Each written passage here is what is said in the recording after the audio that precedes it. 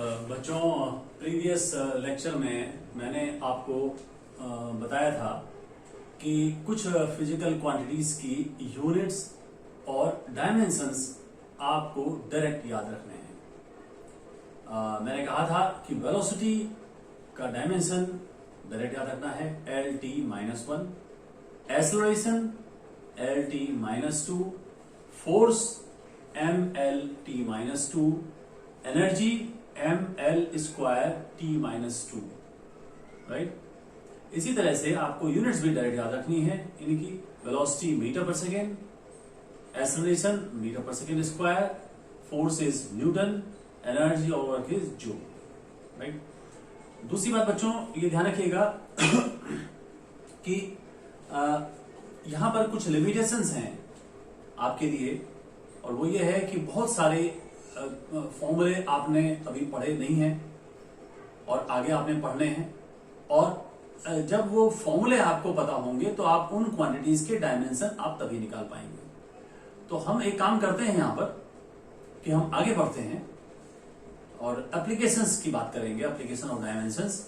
और जहां पर कोई ऐसी क्वांटिटी आएगी तो उसको हम डिस्कस कर लेंगे, उसका फॉर्मूला डिस्कस कर लेंगे, यूनिट्स डायमेंशन ले आएंगे, और वो टेबल जो आपने बना रखी है उसमें आप क्वांटिटीज को ऐड करते जाएंगे, राइट। तो ये आपके लिए इजी होगा। तो हम आते हैं एप्लीकेशन ऑफ डायमेंशंस पर। That is first we will discuss the principle of homogeneity of dimensions. Homogeneous मतलब आपको पता होगा, एक समान। Principle of homogeneity of dimensions, इस प्रिंसिपल के अकॉर्डिंग अगर कोई रिलेशन डायमेंशनली करेक्ट है तो उसके हर एक टर्म का डायमेंशन या यूनिट सेम होना चाहिए, राइट। इन अदर वर्ड्स हम कह सकते हैं कि केवल उन्हीं क्वांटिटीज को आप ऐड या सब्ट्रैक्ट कर सकते हैं जिनके यूनिट्स या डायमेंशंस सेम हो। According to this principle, if a given physical relation is dimensionally correct, then the dimensions of each term on either side of the relation must be the same. That is, only the quantities having the same dimensions can be added or subtracted. Right? अब बच्चों इसकी इस principal की applications हैं। There are 4 or 5 applications of this principle of homogeneity of dimensions. First is, how can we check the dimensional correctness of a given relation? Right? हम discuss करेंगे बच्चों। Second application is to find the dimension of a quantity from the given relation. Third is to derive a relation among different physical quantities. Fourth is how to convert a physical quantity from one system to another system. These are the applications of this principle, or you can say these are the applications of dimensions. So first we will discuss how to check the dimensional correctness, dimensional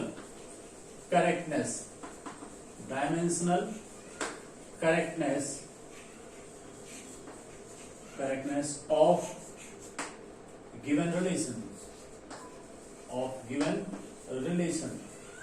तो बच्चों इसको हम कुछ example से समझ सकते हैं। मैं इसको एक एग्जाम्पल से बता रहा हूं। एक एग्जाम्पल जो आपने पहले से पढ़ा हुआ है, आपको मालूम है ये फॉर्मूला, इक्वेशन ऑफ मोशन का एक फॉर्मूला है और आपको ये फॉर्मूला पता है। आपसे ये कहा जा रहा है कि you check this relation according to the dimensional correctness of given relation. How can we check this relation is dimensionally correct? तो बच्चों यहां पर ध्यान दीजिएगा कि पहली बात तो टर्म्स की जो मैं बात कह रहा हूं, यहां पर 3 टर्म्स हैं बच्चों।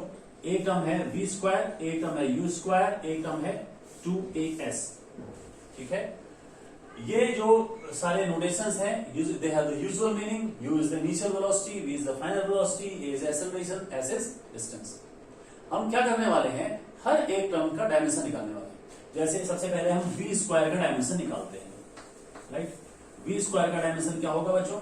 v का डायमेंशन क्या होता है? वेलोसिटी का फाइनल वेलोसिटी है, फाइनल वेलोसिटी हो, इनिशियल वेलोसिटी हो, वेलोसिटी हो, डायमेंशन एक ही रहेगा उन सबका, और वो रहेगा एल टी माइनस वन। तो उसका स्क्वायर करना था, तो क्या हो जाएगा? वी स्क्वायर क्या हो जाएगा? L square T minus two, right. Now the dimension of you square, initial velocity, velocity है एल टी माइनस वन का होल स्क्वायर, वही हो जाएगा L square T minus two, right. Dimension of 2as क्या हो जाएगा बच्चों? 2 का कोई डायमेंशन नहीं होगा। a का डायमेंशन क्या होता है? a एक्सेलरेशन है L T minus two, direct आपको याद रखना था। s का क्या है? l, तो ये क्या हो गया बच्चों? L square T minus two. Now you can see that each term, this term, this term, this term, this term and this term have the same dimensions. तीनों का डायमेंशन सेम आ रहा है बच्चों, L square T minus two. It means that this relation is dimensionally correct, right. अब एक बात बच्चों ध्यान रखिएगा, यहां पर जो मैं एक इंपॉर्टेंट पॉइंट बताने जा रहा हूं, वो पॉइंट ये है कि अगर मान लीजिए इस रिलेशन में लिखा होता V square equal to U square plus A S, केवल 2 नहीं होता, ए एस होता, तो ध्यान रखिएगा तब भी आप जब डायमेंशन निकालते तो डायमेंशन करेक्ट आता। But remember that relation is numerically incorrect. V square equal to U square plus A S होता तो ये न्यूमेरिकली इनकरेक्ट होता, एक्सपेरिमेंटली इनकरेक्ट होता है। तो ध्यान रखिएगा कि you can check the dimensional correctness of the relation, but you can not check the numerical correctness of the relation unless you remember that formula. अगर आपको फॉर्मूला पता है, जैसे मैंने कहा ना, ये मैंने कह दिया V square equal to U square plus A S, तो अगर आपको फॉर्मूला याद है पहले से, आपने पहले याद कर रखा है, तो आप ये कह सकते हैं कि ये गलत है इक्वेशन, राइट। लेकिन अगर कोई नया फॉर्मूला होगा जो आपको पता नहीं होगा तो आप नहीं कह पाओगे। लेकिन डायमेंशनली करेक्ट तो आ जाएगा, वो डायमेंशन करेक्टनेस तो आ रही है इसमें, लेकिन वो न्यूमेरिकली इनकरेक्ट है। इसका मीनिंग समझिएगा बच्चों, जो मैं बताना चाह रहा हूं वो ये है कि if a given relation then it must be dimensionally correct as well as it must be numerically correct. अगर ये बात समझ में आ गई तो एक पॉइंट और कहने जा रहा हूं इससे रिलेटेड। अगर कोई रिलेशन डायमेंशनली इनकरेक्ट है, राइट, तो वो रिलेशन रॉन्ग होगा। यानी कि डायमेंशनली करेक्ट होना बहुत जरूरी है, नहीं तो इक्वेशन गलत होगी। लेकिन अगर कोई रिलेशन डायमेंशनली करेक्ट है तो जरूरी नहीं कि वो करेक्ट हो, क्योंकि वो न्यूमेरिकली भी इनकरेक्ट हो सकता है। ये बात समझ आ रही होगी, तो इसको जरा दिमाग सोचिएगा, जरा आप चिंतन कीजिएगा, आपको ये क्लियर हो जाएगा एक पॉइंट। तो ये मैं बताना चाह रहा हूं। अब हम लेते हैं सेकेंड एग्जाम्पल। सेकेंड एग्जाम्पल बच्चों, जैसे सपोज कीजिए कि एक रिलेशन है nu equals to 1/2L root T upon M. Here nu is the frequency of vibration of a string and L is the length, T is the tension in the string and M is the mass per unit length, right? And you have to check the dimensional correctness of this relation, right? तो यहां पर बच्चों सबसे पहली बात तो आप कोई भी चीज को यहां पर एप्लीकेशन को तभी कर पाएंगे जब आपको सब सारे जितनी चीजें हैं उसमें उनके डायमेंशंस पता हो। यहां पर एक प्रॉब्लम आपको अभी है, हो सकती है या हो सकता है आपको फॉर्मूला याद हो तो आप कर लेंगे। न्यू की बात है ना, न्यू हमारे लिए यहां पर अभी नया है, हमने इसको डिस्कस नहीं किया। न्यू क्या होता है बच्चों? फ्रीक्वेंसी। तो मैं यहां पर अलग से इसकी टेबल एक बना देता हूं, यहां पर हम इसको याद कर लेंगे। मैं अलग से एक टेबल बना देता हूं जहां पर आप टेबल में ऐड करेंगे। और सबसे पहली चीज है फ्रीक्वेंसी। फ्रीक्वेंसी को बच्चों एन से भी नोट करते हैं, न्यू से भी नोट करते हैं। इसका फॉर्मूला आपको पता होना चाहिए। मैं डायमेंशन निकालने की बात कर रहे हैं तो अभी अलग से बात कर रहे हैं। अब फॉर्मूला क्या होता है आपको हो सकता पता हो पहले से, nu equals to 1/T time period. Time period का रेसिप्रोकल होता है। तो यहां से इसकी यूनिट क्या हो जाएगी बच्चों? यूनिट हो जाएगी पर सेकेंड, सेकेंड -1। और यह हो जाएगा साइकिल पर सेकेंड भी कह सकते हैं, रिवोल्यूशन पर सेकेंड भी कह सकते हैं, वाइब्रेशन पर सेकेंड भी कह सकते हैं। जहां तक डायमेंशन का सवाल है बच्चों, टी का डायमेंशन टाइम पीरियड है, टाइम ही है वो, तो टाइम का टी से लिखेंगे T-1 हो जाएगा। तो डायमेंशन इज T-1, कोई कंफ्यूजन नहीं, ठीक है। दूसरी बात बच्चों, टेंशन आपको पता है स्मॉल m। जरा स्मॉल m को समझिएगा। यहां पर एक बात आपको बिल्कुल ध्यान देनी पड़ेगी कि एग्जैक्टली कौन सी चीज क्या है। m यहां पर बच्चों मास नहीं है, m is mass per unit length. यानी कि m का मतलब क्या है यहां पर, यहां m का मतलब ये है कि m का मतलब जो ये कहना चाह रहे हैं वो ये कहना चाह रहे हैं मास अपॉन लेंथ है ये है small m is the mass per unit length, means it is mass upon length. तो इसका जो डायमेंशन स्मॉल m का आएगा वो क्या आ जाएगा, वो आ जाएगा m l-1। तो ये नहीं कि आप m जहां भी देखा वहां आपने कैपिटल M क्यों लिख दिया, यहां पर स्मॉल m जो है वो मास पर यूनिट लेंथ है, इसलिए इसका डायमेंशन होगा ml-1। ठीक है, तो अब ये क्लियर हो गया। तो यहां पर हम इसको चेक कर सकते हैं बच्चों। सबसे पहले न्यू का हम डायमेंशन लिखेंगे, जो मैं बता चुका हूं 1/t होता है, तो t-1 हो गया, लिख दिया। डायमेंशन दूसरा टर्म है 1/2l√t/m। अब टर्म आपको क्लियर हो गया होगा, टर्म का मतलब है कि इक्वल के या प्लस माइनस के इधर उधर जो टर्म्स है, ये पूरा टर्म एक साथ ले लिया। देखिए यहां पर इसका डायमेंशन निकालते हैं, 2 का कुछ नहीं होगा, l का क्या है बच्चों, l होगा, लेंथ है। अब बात करते हैं इसकी रूट t क्या है बच्चों, टेंशन। अब मैं बता चुका हूं इसको, टेंशन का फॉर्मूला बता चुका हूं। t कोड क्या होता था बच्चों, mg, फॉर्मूला आपको याद होना चाहिए सारे। t कोड क्या होता था, mg, m का m हो गया, g का क्या हो गया, एक्सेलरेशन टू ग्रेविटी की एक्सेलरेशन यानी कि lt-2, तो mlt-2 हो गया, ये हो गया mlt-2। स्मॉल m क्या है, मास पर लेंथ यानी कि ml-1 हो गया, ml-1। इसको बच्चों आपको सॉल्व करना पड़ेगा। ये देखिए ml कैंसिल हो जाएगा, l-1 ऊपर जाएगा, l हो जाएगा, l² हो जाएगा, और l² t-2 हो जाएगा, है ना। l² बाहर आएगा, l कैंसिल हो जाएगा, t-2 का हो जाएगा t-1, ये आ गया t-2। Now we see that both these two terms have the same dimensions. It means that this relation is dimensionally correct. ये dimensionally correct है, ठीक हो गया।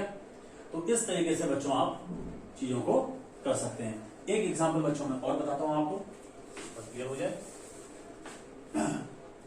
एग्जांपल और ले लेते हैं, जैसे एक रिलेशन दिया हुआ है, the rate of flow v is pi p r⁴/8 θl।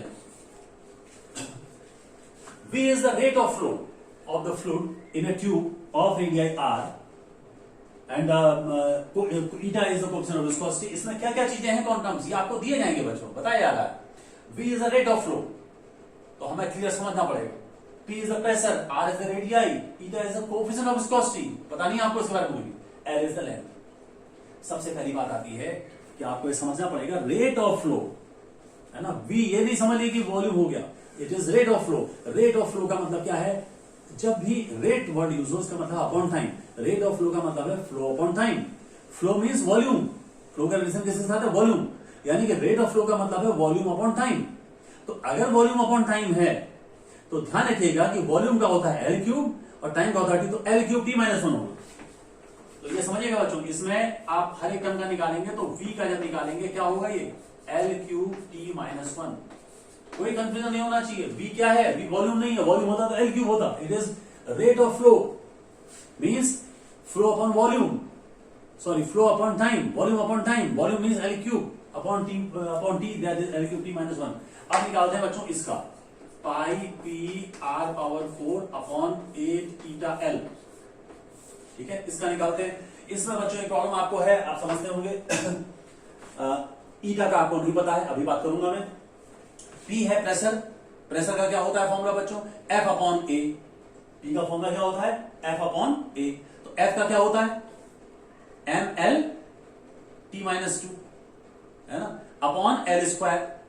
ml-T-2 upon L² क्या हो जाएगा, ml-1 T-2, ml-1 T-2। आप डायरेक्ट नहीं कर पा रहे तो कॉपी में अलग से कर लीजिए, प्रेशर को फोर्स अपॉन एरिया, फोर्स का ml-T-2 अपॉन L², है ना। तो ml-1 T-2 इसका हो जाएगा। r क्या है बच्चों, रेडियाई, तो क्या हो जाएगा, r का l हो जाएगा, ये l⁴ हो जाएगा, अपॉन, अब 8 का नहीं होता, ईटा आपको नहीं पता है, तो ये मैं इसीलिए कह रहा था कि ये अभी इंपॉर्टेंट टर्म है, कोएफिशिएंट ऑफ विस्कोसिटी, बहुत फ्रीक्वेंटली यूज भी होता है रिलेशन, तो आपको इसको पता करना पड़ेगा। तो इससे रिलेटेड मैं फॉर्मूला बताता हूं। कोएफिशिएंट ऑफ विस्कोसिटी को लिखते हैं कोएफिशिएंट ऑफ विस्कोसिटी, इसका नोटेशन बच्चों है ईटा, और इससे रिलेटेड एक सिंपल फॉर्मूला बताता हूं, वो है F = 6 पाई ईटा RV। यहां से F = 6 पाई ईटा RV, ये फॉर्मूला आप याद रखेंगे, फिर फॉर्मूला आप याद रखेंगे। यहां से ईटा इक्वल टू बच्चों क्या हो जाएगा, F/ 6 पाई आर वी। तो आप अब डायमेंशन निकाल सकते हैं यहाँ बच्चों। एफ का डायमेंशन क्या होता है, M L T minus 2 upon 6 pi छोड़ दीजिए, आर का हो गया एल और वी का हो गया एल टी माइनस 1। तो ये बच्चों क्या हो जाएगा, ये हो जाएगा M L minus 1 T minus 1। ठीक है, ये इसका हो गया। लेकिन एक बात ध्यान रखिएगा, क्योंकि कोफिशिएंट विस्कोसिटी टर्म बहुत ज्यादा बार बार यूज होता है, आप इसको डायरेक्ट भी याद रखेंगे। डायरेक्ट याद कर लीजिए, M L minus 1 T minus 1। 5 चीजों को मैंने बता दिया direct, velocity, acceleration, force, energy और कोफिशिएंट विस्कोसिटी। क्योंकि बहुत ज्यादा फास्ट करना है तो आपको टाइम लगेगा निकालने में, तो आप फॉर्मूला भी याद रखें, लेकिन इसका भी डायरेक्ट याद कर लें। तो ये जो है इसका डायमेंशन हो गया M L minus 1 T minus 1 और ये हो गया एल।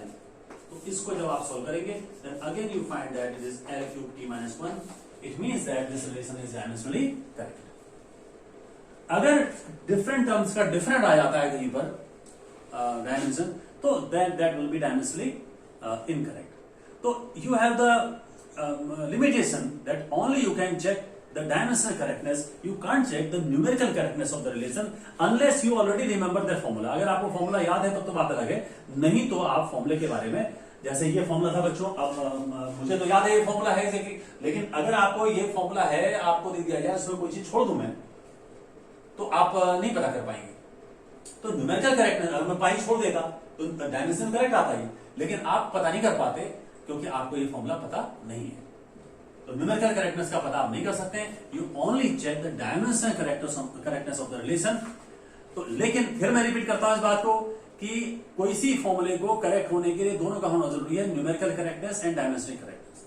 ठीक है, अगर कोई फॉर्मूला एक भी तरीके से इनकरेक्ट होता तो इनकरेक्ट हो जाएगा। इसका मतलब जरा समझिएगा डायमेंशनल टर्म में, अगर कोई फॉर्मूला डायमेंशनली करेक्ट है तब भी वो गलत हो सकता है। क्यों? क्योंकि उसमें न्यूमेरिकल इनकरेक्टनेस हो सकती है। दूसरी बात, अगर कोई फॉर्मूला डायमेंशनली इनकरेक्ट है, राइट, इसका मतलब है कि 100% वो रिलेशन गलत है। ये समझ रहे होंगे आप?